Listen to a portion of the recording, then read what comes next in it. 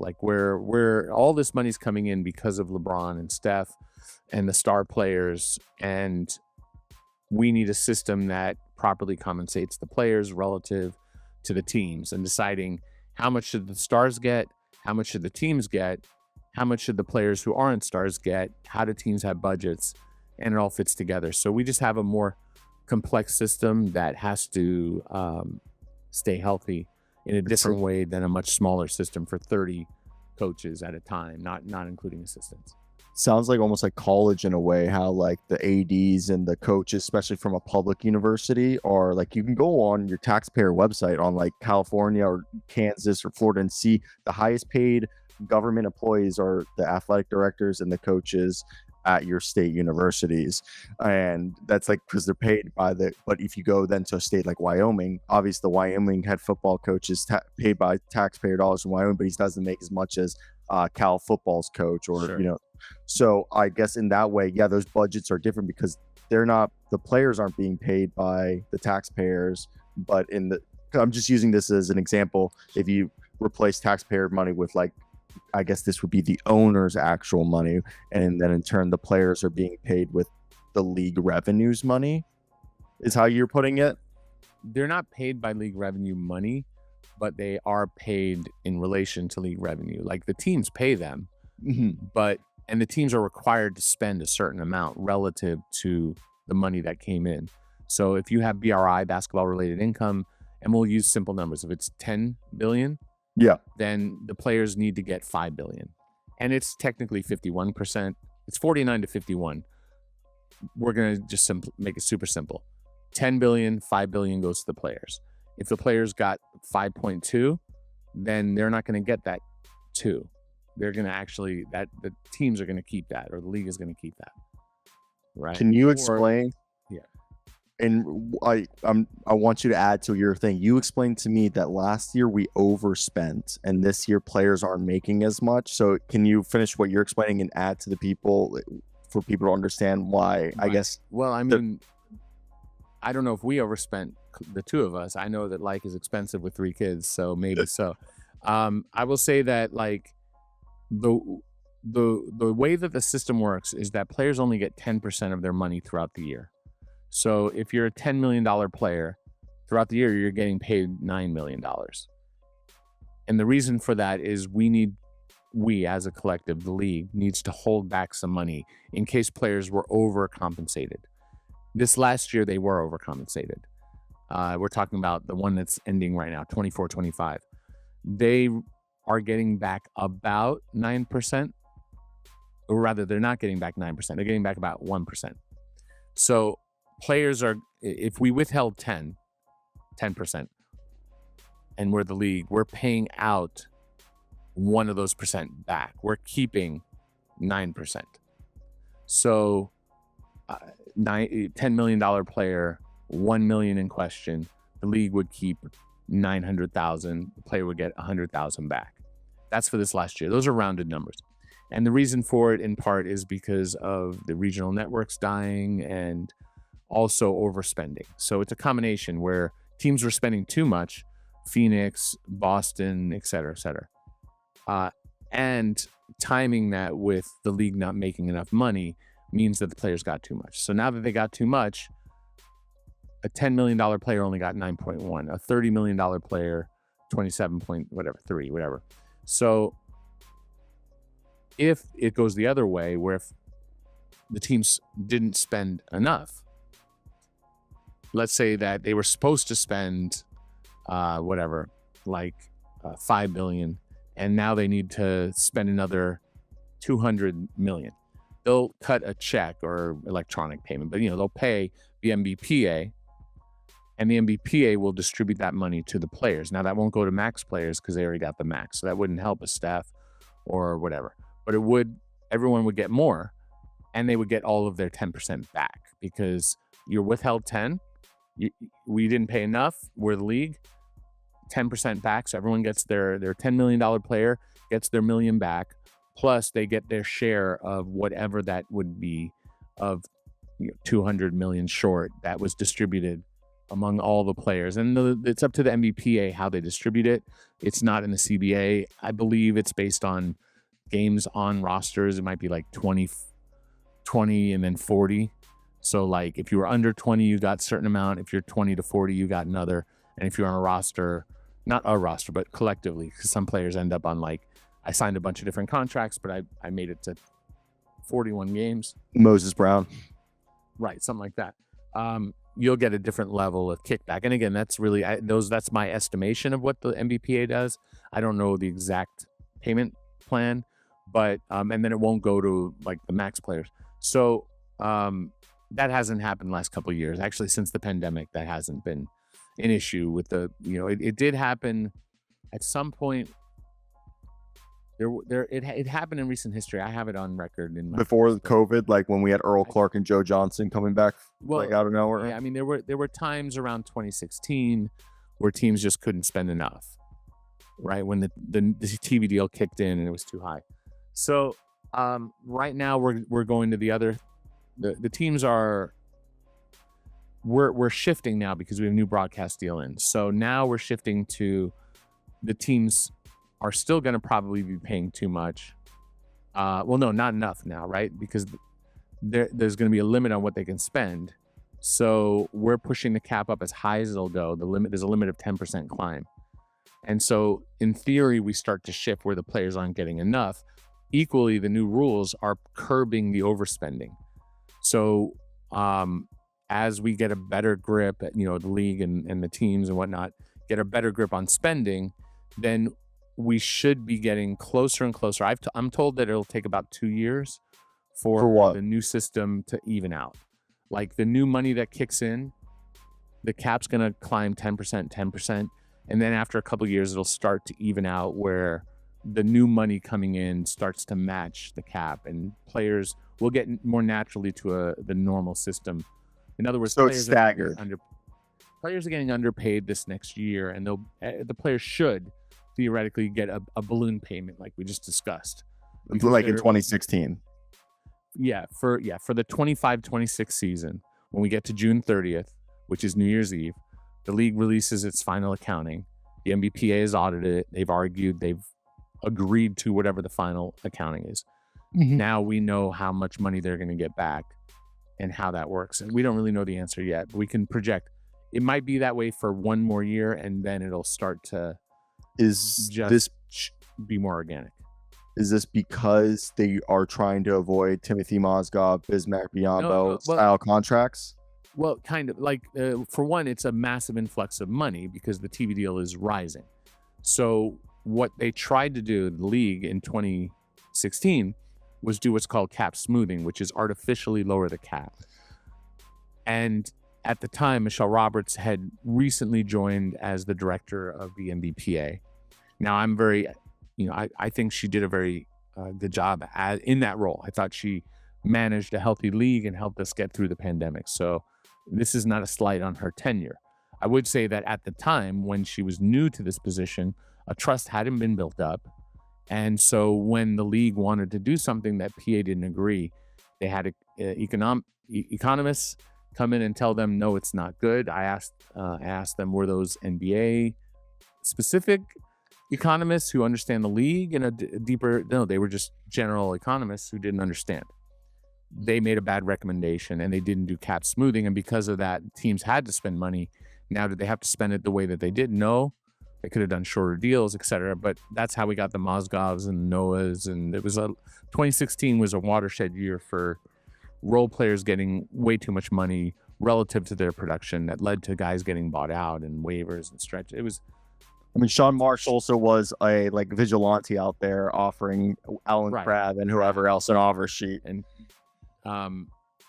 so ultimately, that was a mistake at the time. And again, I don't judge Michelle Roberts' entire career off of this one mistake. I find so 2020. Yeah, well, no, hindsight at that time, it was very clear. I was saying this. I was saying there's no good reason. There's no logical reason for you to reject. Everybody and every player will get compensated if you do this. If you don't do this, only the free agents will be compensated this year.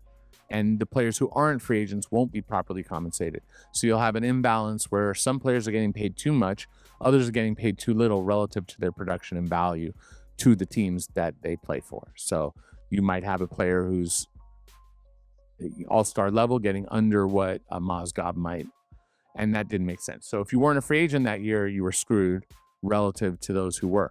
So it didn't make sense at the time. I made it clear at the time it didn't make sense, but I'm not in a position of power to make. If I have any power now, it has increased. It's still under 1% or 2% of influence, if that, right? Like I can at least reach out to some of these folks and give my opinion, but would they listen to it or take it into consideration? I don't know. Should they? That's obviously, relatively.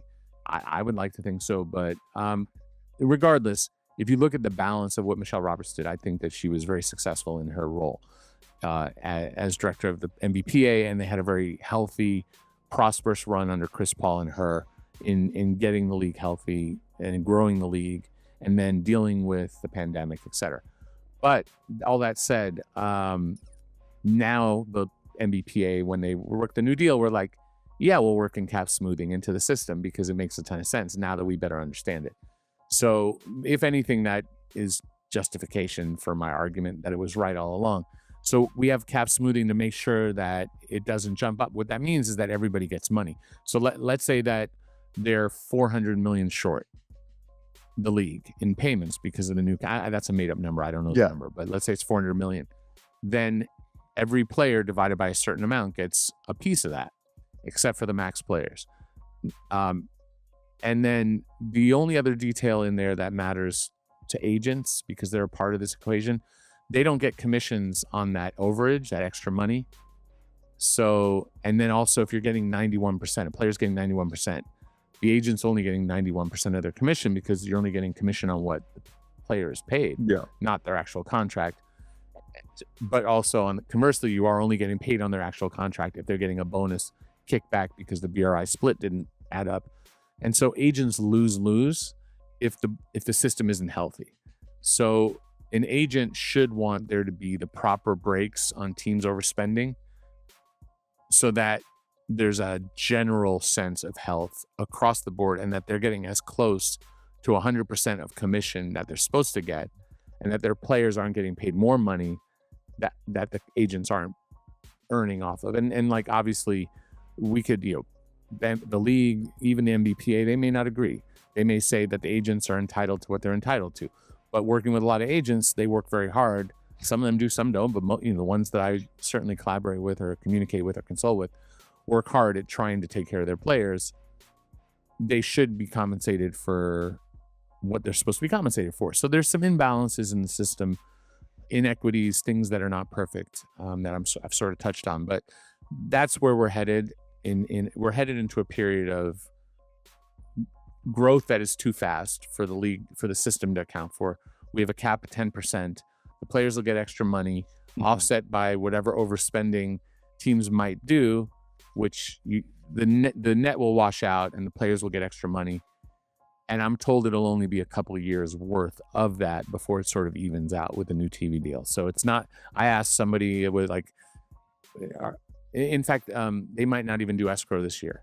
Like they may even look at the numbers and say, because they have the power within the CBA, the NBA, NBPA to negotiate, they could negotiate out just for this year escrow completely. So the players get 100% of their money throughout, because they can do a very basic economic projection to say that the players are going to be shorted. And if they're definitely going to be shorted, and if we know they're going to be shorted, then there's no reason to do escrow. Now, obviously, there could be pandemic. There could be another occasion. Yeah.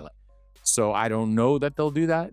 They may want that anyway as some sort of like, cushion apocalypse types protection, because the players will always get their money back. But I know the NBPA will certainly negotiate to get it removed for this year, because why wouldn't they? Of course they would. Like, why would they not want? They would want their players to get 100% of their money if they're going to get a kickback of the overage, or rather the underspend of the league. If they're going to get a kickback of that, why should they also have escrow when they're going to get it back anyway? And the league may say no, just in case there's another pandemic or something crazy. Then we'll. Quick question off of all.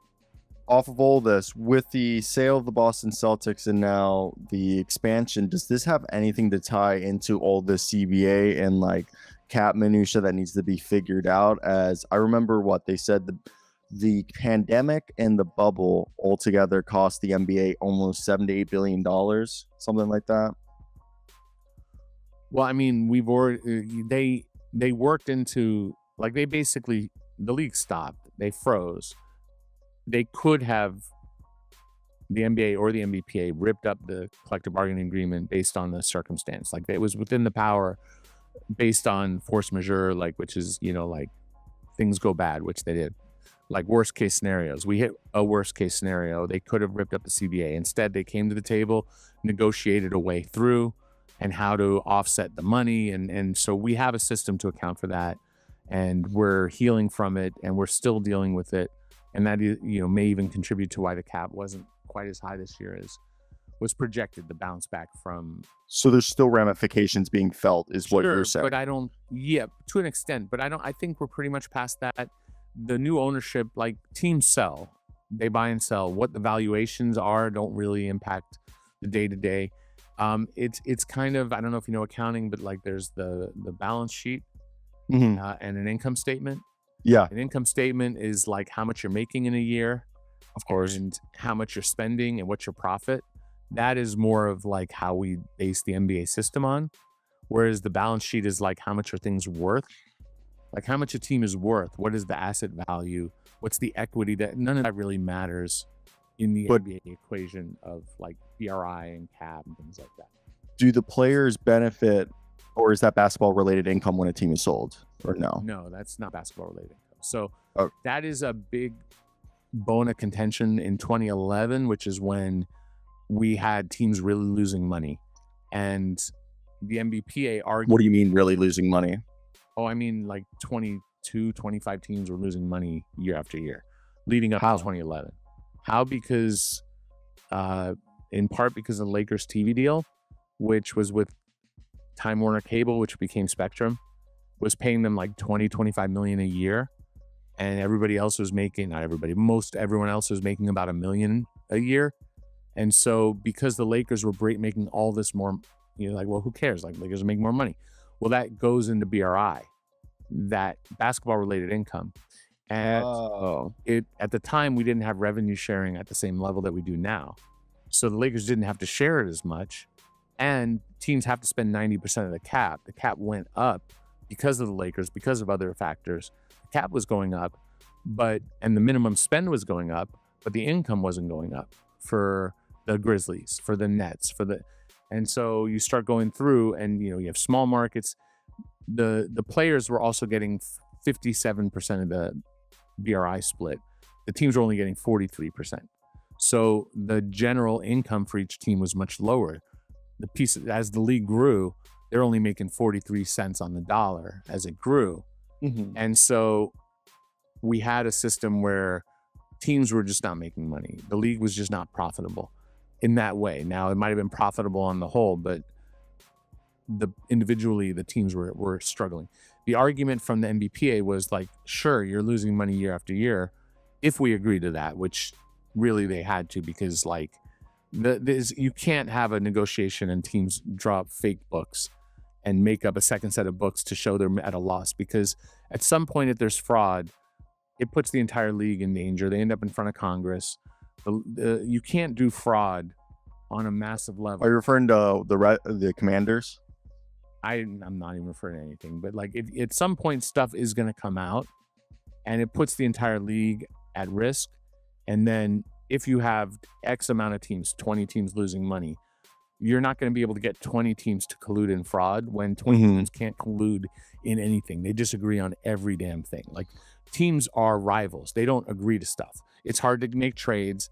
They don't agree on most of anything, right? It's like your own little kingdoms. It's like, go back to like Europe and England, when you have all these different little countries, like feudalism. Europe, and feudalism and fights and like different castles, and everybody hating each other and going to war, even though you're neighbors, basically. It's like, that's what the NBA is in a sense. And so, so like, let's take the NBA at its word and the teams at their word. And I literally saw a couple of the statements at the time by the teams, the accounting statements that were submitted that showed their operating incomes is like 100 $200 million loss. And so the argument from the MBPA was, yes, but your owners are able to buy your team. Like if you're Sterling, you buy it for like 300 million or something like that, whatever you bought it for, and then selling it for like billions. And the players are always trying to find a way to get a piece of that, and that'll always be a negotiation.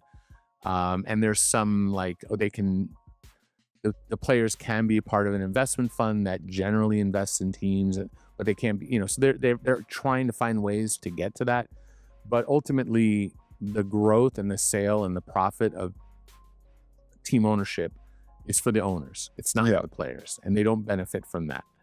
And it's very complicated when you say, like, how would somebody who's in the league for 3 years, 4 years, how should they benefit from a team escalating in value over 20 years? Like, how should they benefit from that? So, you run into all these issues. Certainly the PA will always argue and try to get that, but right now they don't really have that. And I don't think that they will at any point in the near future. What they do get is what they did give up was they did go from 57 to 50-50. It's 49 to 51, but the players, to solve this economic issue, did give up a big chunk. And then the NBA teams the NBA itself and the teams came up with a healthier revenue sharing plan. So they hit it at both angles. Lakers share more, Warriors share more with the smaller teams. Then we have better income because now it's 50-50.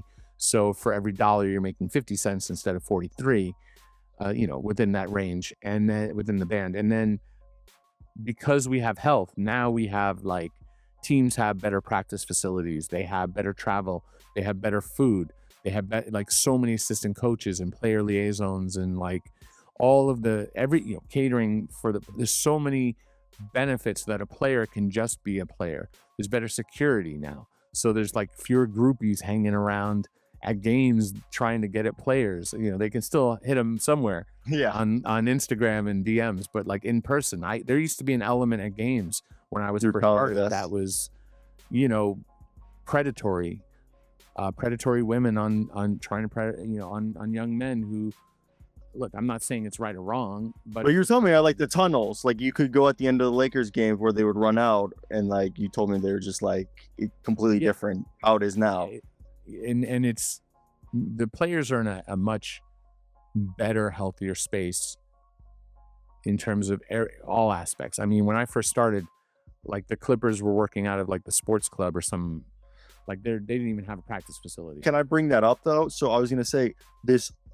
I'm going to use the Bulls as one example and Portland as the other example. Is I know the whole revenue system or revenue sharing system, people will argue, have made some owners disincentivized to do more than the minimum, because in terms of, someone could argue the Bulls, since Jordan has left, they haven't really put money back because they know if they just go from the middle, they're always going to be making money because of how the revenue sharing works. And then Portland, I went to the Moda Center and I really liked going to that game, but they haven't, everywhere it still says the Rose Garden, and like you clearly can tell like there has been no money put back into that arena.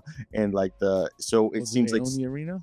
They originally did, and then they gave it to $1 to the city, I believe, and the city now owns it for $1. So, and the city hasn't updated it.